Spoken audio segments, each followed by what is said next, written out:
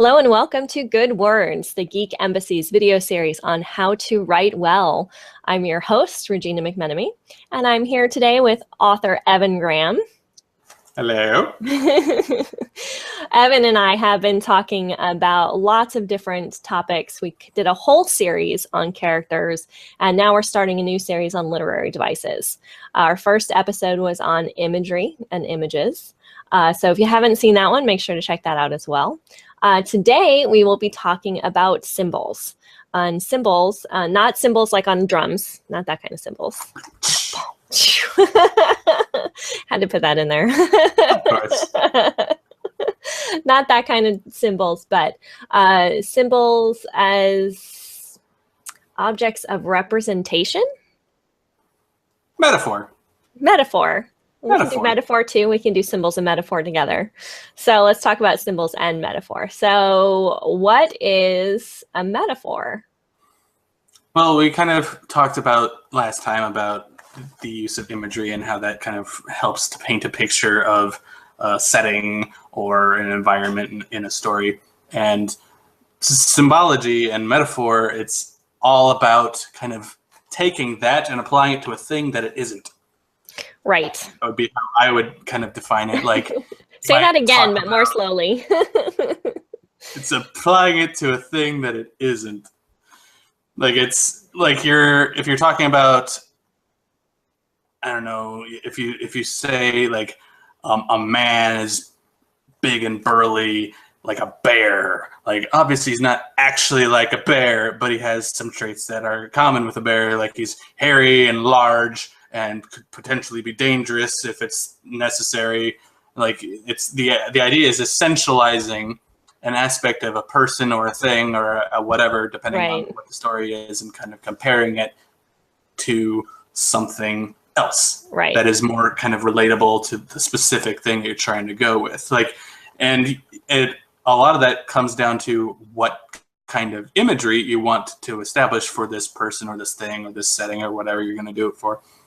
Like, you could describe that same guy as being kind of like a snake, if in addition to being all those things, he's also like kind of sneaky and kind of deceptive, creepy, or and kind of like things that we associate with snakes. Like, depending on which aspect of who he is, you want to kind of talk about. Like, we talked extensively about like character archetypes and stereotypes already, and kind of a way of shorthand establishing what kind of a character a person is would be through that kind of a thing. And you can just pick the specific aspects of that character or whatever you're describing that you really want to nail down for the story, and comparing it to something that is already associated with those things. Right. So often we use symbols as established ideas. So like, you think of a snake, you think of something that's deceptive or sneaky, right? So that's how a symbol kind of works. We already have the meaning associated with a snake, the connotation, right? The broader meaning of it, rather than the denotation, which is the dictionary definition of a word, right? A snake is really just a reptile, but we give it that meaning and that significance that it has. Part of what also happens with symbols and with metaphor is we take those images that we've worked so hard as writers to craft, and we take those abstract ideas that I mentioned in the previous episode, and we combine them together. And the images with the abstract ideas is part of what makes something symbolic. Where it has that bigger picture meaning to it that the object doesn't necessarily have. And so you can imbue any kind of object with meaning given the way that you write about it and the significance that you place on it and the way that you describe it. And that's part of that play between the ideas of concrete images that we see in our imagery and the abstract ideas that our symbols come to hold. There's so many different symbols. There's so much symbolic. I mean, pretty much everything's a symbol. Oh yeah, of one kind or another. Yeah. I mean, even down to the basic letters that we're using are symbols for sounds. So even that are, even those are symbolic communications. And so there's so much that we can kind of get into in the way symbols work and why we use them. So let's talk a little bit about that. Why are symbols important when we're writing?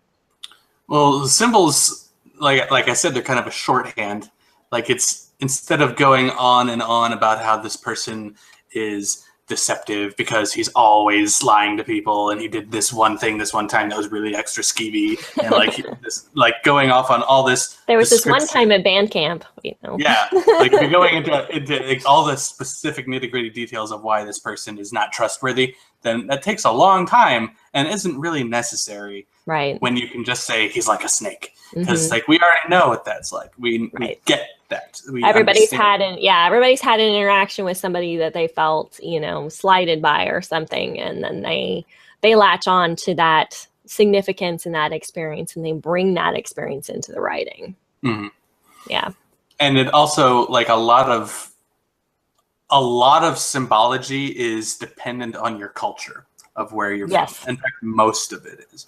Like to us, we would associate the snake as being deceptive almost entirely because of the biblical account of the Garden of Eden and the serpent tempting Eve to eat the fruit and stuff like that. And that's why other cultures where that isn't part of their identity at any point would not necessarily consider that. In fact, many cultures consider snakes to be positive uses of imagery. Right. Where it's not, where the comparison wouldn't work. And in fact, if you tried to use that kind of a symbol and that kind of a culture, it wouldn't work. They'd be like, oh, he's like a snake. Okay, cool. Yeah, right. Exactly. It wouldn't have that significance. It doesn't have that meaning. It doesn't connect to that abstract idea, which is interesting if you think about how we make our assumptions when we're writing, but also how we make assumptions when we're reading. It was so easy just to kind of fall into what things mean in terms of what you've known them to mean, as opposed to what the author might be trying to communicate.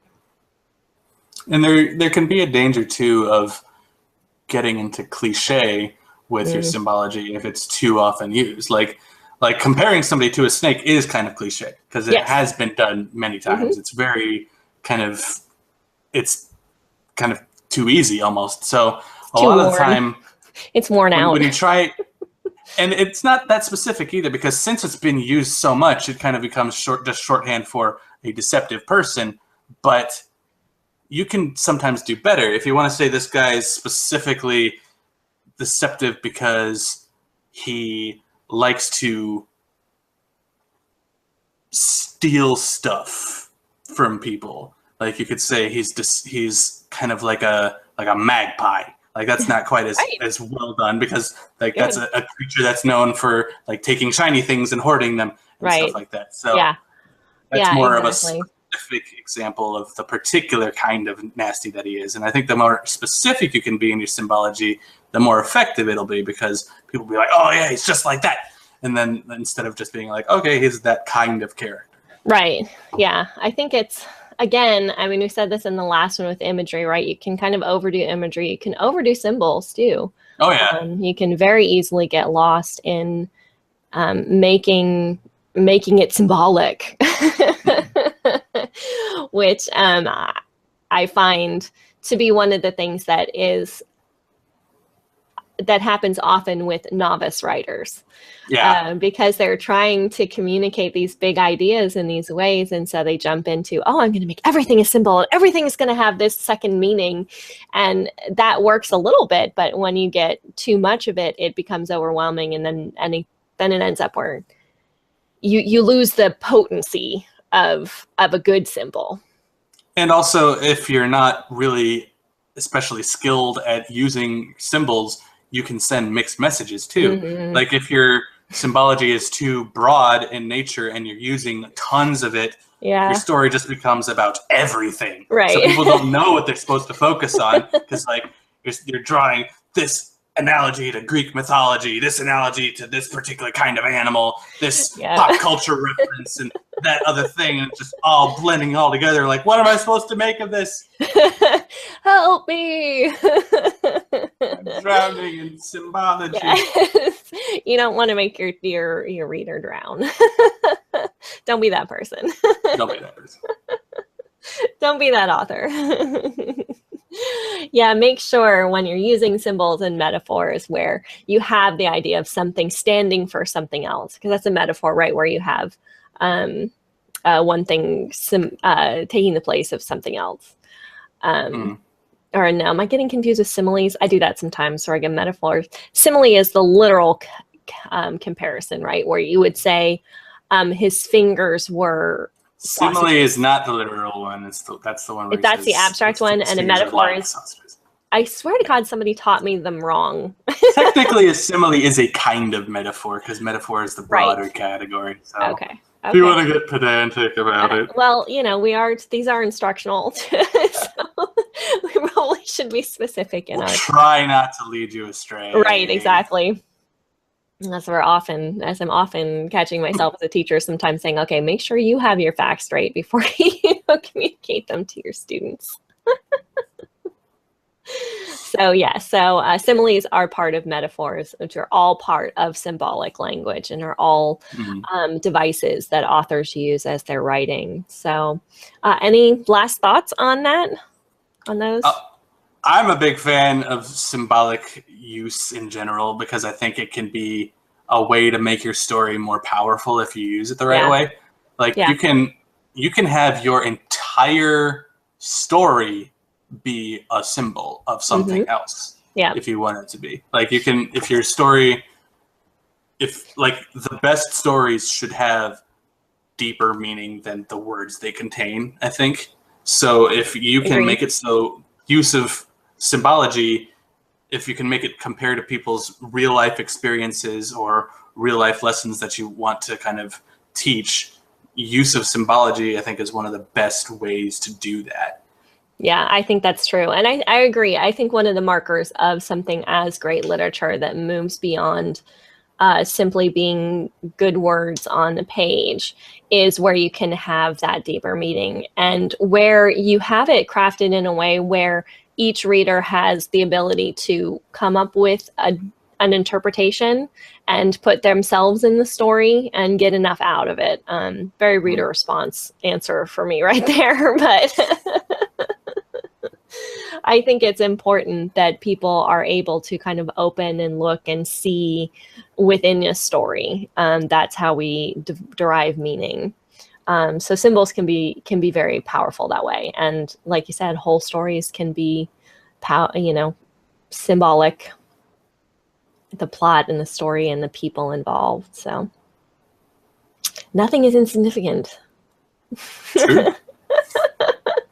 You never know where that most important symbol is. That's very true. It is. There's one thing I know from almost 20 years of studying literature. You never know where that most, important or most significant piece is. So always keep your eye out. So my question to you, dear listeners, dear readers, or watchers, fans, what are some symbols that you like, or what are some symbols you've used in your own writing, maybe, that have resonated with you, that you find resonate on very often? Some writers that you think use symbols well. I'm going to throw out Steinbeck as one of my favorite symbolic writers. I teach the Chrysanthemums, short story of his, on a regular basis, and I love watching the students just sort of come to understand that nothing is just what it seems in that story. Faulkner is also really good at that. I did Faulkner for my master's degree, so I have a very soft spot for Faulkner, but wow, Faulkner is good at the not everything is what it seems to be. So who are your favorite symbolic writers, and what are the symbols or metaphors that you really have enjoyed reading? So let us know. Leave us some comments on thegeekembassy.com. And until next time, tune in for more good words.